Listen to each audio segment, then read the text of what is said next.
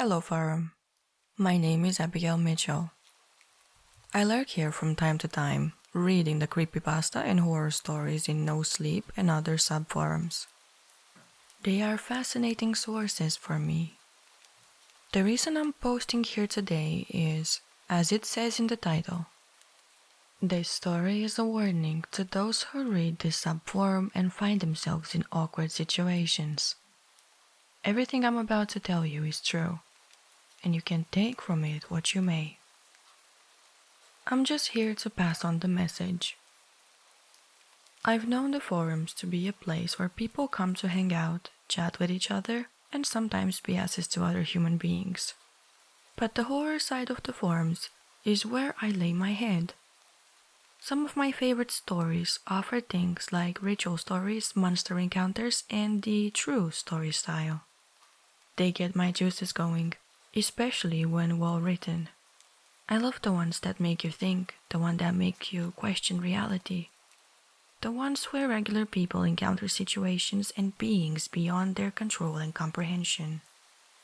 I really love it when I don't have time to visit the forum and I'm driving to a destination. I go to YouTube or Vimeo and listen to my favorite horror readers. It makes those trips worth it. It also allows me to refamiliarize myself with some of those tales of terror. Well, a week ago, one of those tales of terror happened to me. One of my friends, Emily, and her boyfriend Marvin were found dead at their home. They weren't just dead. Someone had slaughtered them. Whoever or whatever killed them had torn them to shreds. My devastation was real. Me and Emily went back a long time, and she did not deserve what happened to her. I needed to find out what happened and who did this to them. Something needed to be done. I spoke to my friend Dan with the Philly PD. He told me there were pieces of them all over the house and even in the backyard. They would not release the information yet because they thought the murders were some kind of occult ritual gone wrong. I asked him why he would think that. He told me that there was a pentagram in the basement with all the tooling of a cult. Athames, incense, a scroll with the ritual written upon it. Weirdness all around, he told me. The following night, after the investigators left the house, my friend gave me permission to enter.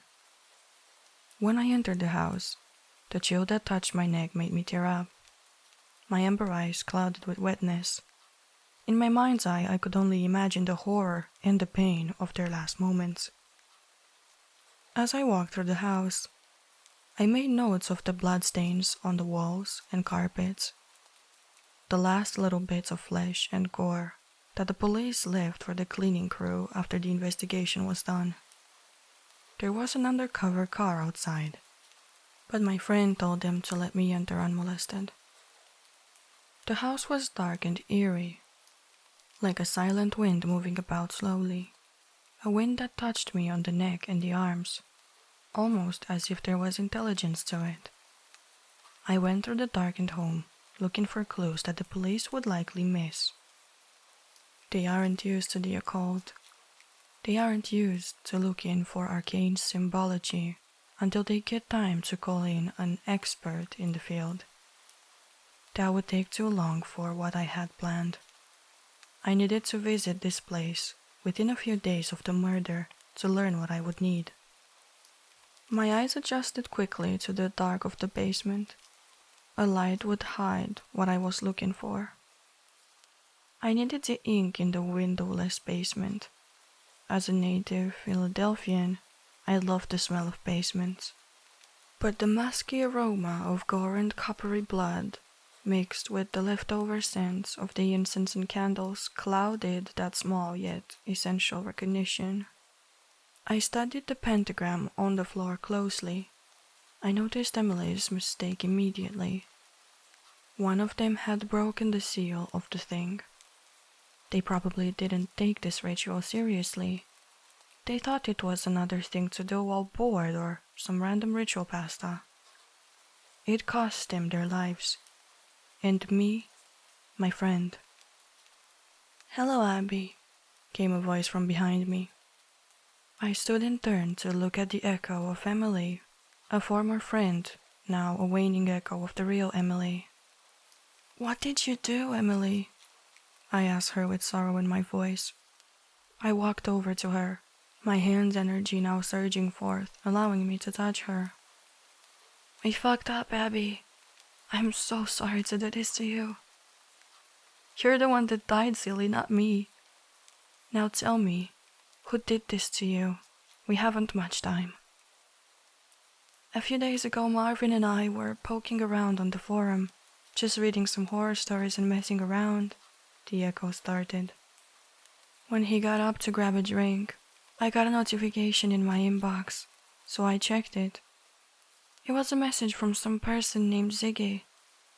They said they noticed my likes on No Sleep, and had noticed they were mainly ritual-style stories." "Continue, Em," I prodded it. "Well, Ziggy had written that he and some friends had done a ritual called the Twilight Summons," Emily's echo continued. "No details, Em. I can find that out on the forum. Tell me your password so I can get access to your account." She told me and then immediately grew concerned. "Abby, where's Marvin? Why isn't he here? Where is he?" she cried out frantically. If an average human had entered the basement by now, they would have noticed me with glowing hands holding a transparent blue ghost. I tried to console her, but realized that it was time she had given me what I needed. "Em," I said loudly enough to get her attention. The echo of Emily turned and looked into my amber eyes. "He's gone, dead, just like you are, Em. You're not really here either. You're an echo of Emily, not the real thing. The real Emily is gone." I felt as though I had destroyed her world all over again. "An echo," she quizzed softly. "I really am dead, aren't I?" I didn't respond. I just held on to her and looked at the confusion and realization on Em's face. She lowered her gaze and asked, "What now?" she asked. "I free you from this forever. Then I avenge you and Marvin's deaths," I told her, tearing up. Dissipating an echo never felt good, but when it's a friend, it's the worst feeling in the universe. "I'm sorry, Abby. I wish this had never happened. I'll miss you," she stated as I pulled her close and held her. "No, you won't," I stated softly, disrupting the echo. I stood alone in the basement for a while. When I got home, I logged on to the forum. I checked Emily's account and saw the note from Ziggy.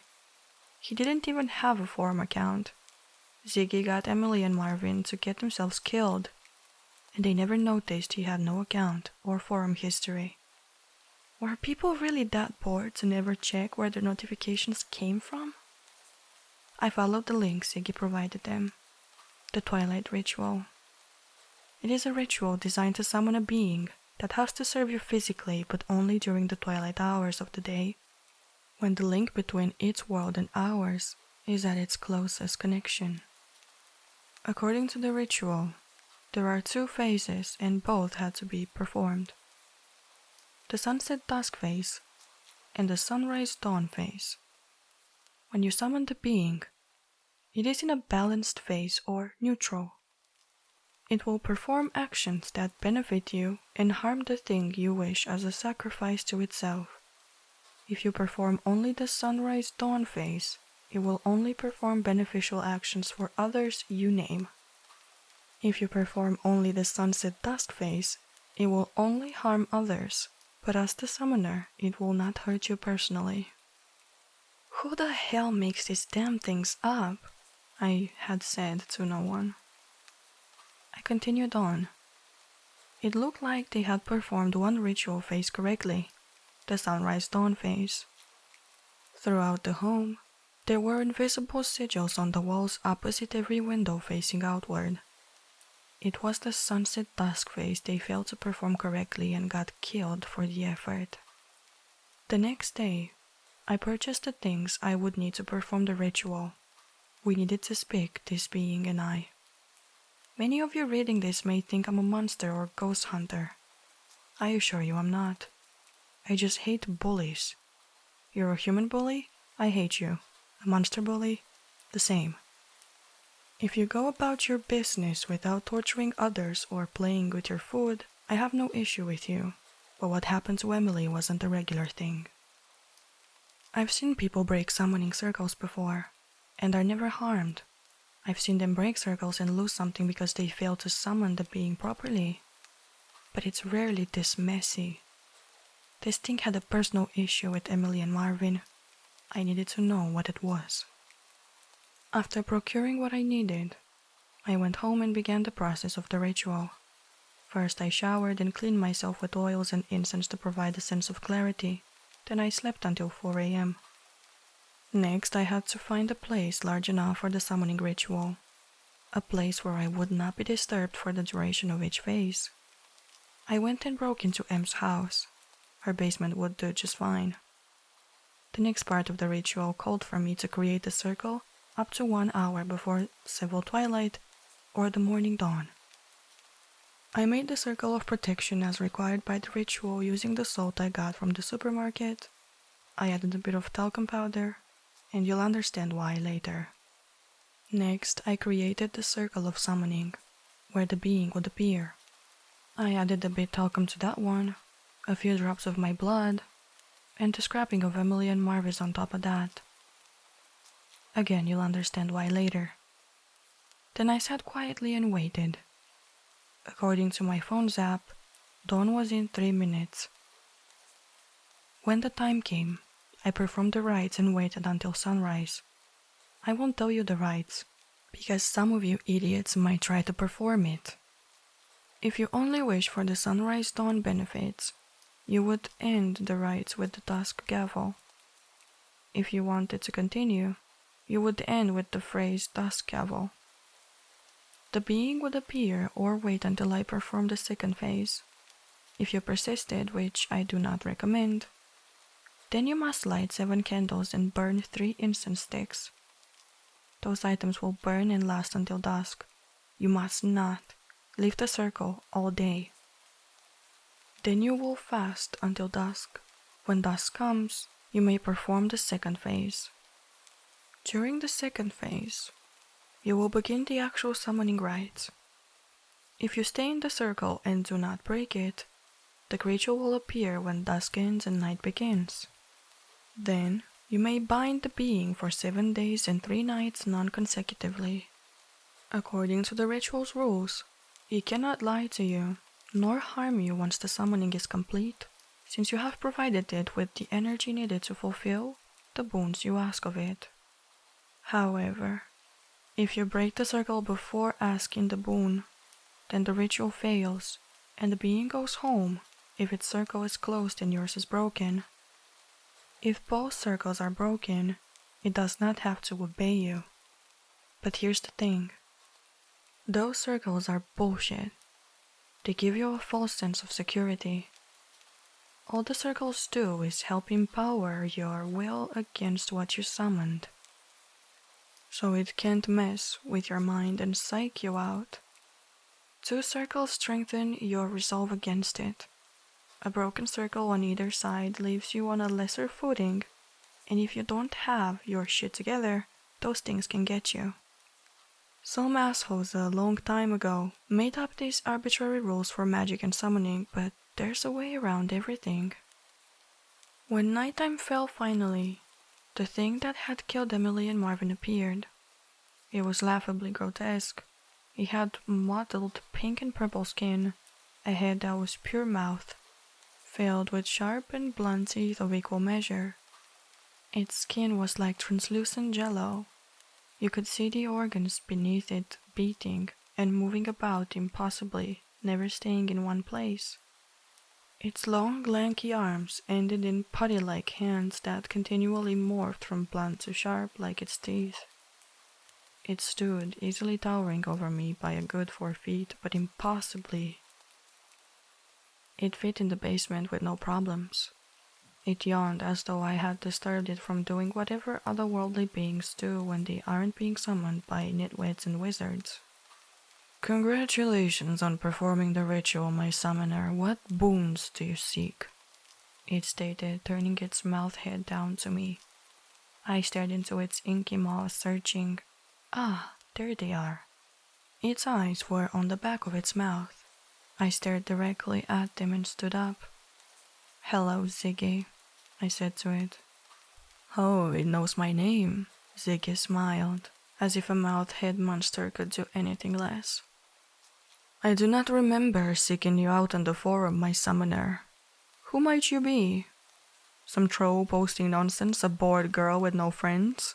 How about a wannabe vigilante or something? I reached into my pocket, ignoring Ziggy's mocking tone. I pulled out the picture. It was of Emily and Marvin. I have a boon to ask. It should be a simple task for one of your talents, I stated, a mix of displeasure and annoyance in my voice.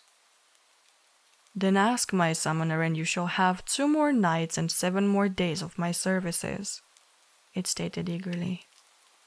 Why did you kill these 2 humans in the matter that you killed them for only breaking the circle of protection instead of simply leaving? I asked it.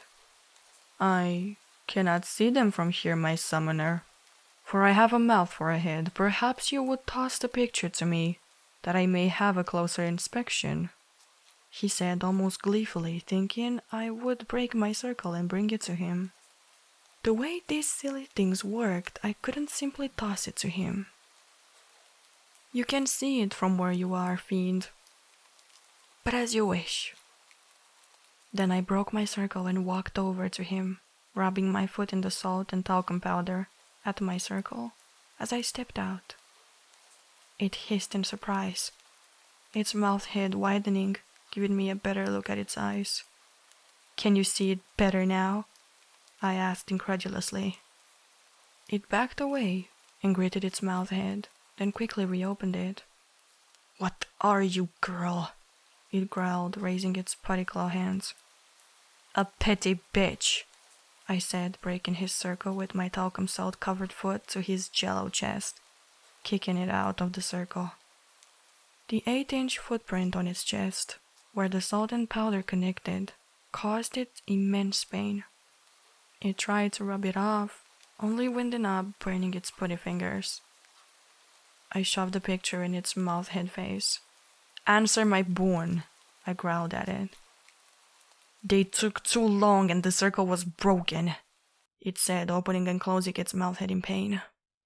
It took too long, I said, genuinely surprised and then angered. It took too long for what? Did they not perform the ritual correctly? Yes, they did it correctly, but there was a slight smudge in their salt circle, nearly broken. It hissed out, its jello chest heaving as it tried to get me off it. Nearly broken, I said again. You killed them for a nearly broken circle, not an actual broken circle, and because they took too long to ask their boon. They argued and bickered over who and when. They had not planned it out. Boredom was why they did it. Bored, it said. Bored when they summoned me as a prank. Bored? Took too long, nearly broken circle. I giggled as I realized what it was saying. They had done nothing wrong and died for it anyway. I backed off it, looking at the picture of my lost friend. What exactly did you have to do that was so important? I asked, malice in my voice. Time on my world works slower than here. Here I age rapidly. I am immortal in my world. I had no wish to grow older while they bickered. My friend died because of a vain, immortal, otherworldly demon who couldn't be bothered to wait. I raced over to Ziggy, grabbing a handful of its circle. My fiery ember eyes glowed with rage. I grabbed its mouth head and shoved my fist right into it. I planted the salt, talcum, and blood mixture right into its eyes. They sizzled and burned as he tossed me away with a sudden strength. My hand glowed hot. I grabbed some more powder and sizzled off its right jello arm. The blinded monstrosity howled in pain. Stop! It cried out. The pain, I am blind, stop! In my head, all I could picture was this idiot in its home looking at itself in whatever passed for a mirror. My friends died because of this idiot. My rage tempered somewhat as I realized I was in control. I would determine its fate. "Go home, Ziggy," I whispered, turning away from the thing. "I'll see you in the morning." "What?" it stated in unimaginable pain, not understanding for a moment, and then it all clicked for it. It had to return for the next 7 days and 2 nights. I could sense its fear as I looked at the arm it once owned lying on the floor. For the next 7 days, Ziggy returned, and each day, Ziggy lost another part of Ziggy. I usually am not this cruel, not normally, but Ziggy and people like you need to see what happens when you do shit like this. Most of the reason I use the forum's no sleep section is that assholes like Ziggy do too. And this warning is as much for them as it is for you, the reader, human or not. For you humans or whatever, curiosity is okay, but it places your life in danger. That of your friends trying to summon Cthulhu or whatever dumbness you think is cool because you're bored leads to lots of Emilys. For you things out there using the forum as a hunting ground, trying to get your next Emily, just know, I read no sleep. And I can be a really petty bitch. Hello there, my little ghosts, and thank you for listening to tonight's story. I want to give a special thanks to Adam Steed for sending me this incredible story that literally kept me to the edge of my seat while I was recording it. I really hope I did your story a little bit of justice with this narration. So, you guys, if you enjoyed this, I would really appreciate if you could like this video, comment down below, let us know what you thought of this, and of course, subscribe to the channel to be part of our graveyard. And for those of you who are never notified about whenever I post a new story, just know you need to click the notification bell and select allow all notifications because YouTube is a cunt like that these days. So, thank you for listening to this and I hope I will see you in the next video.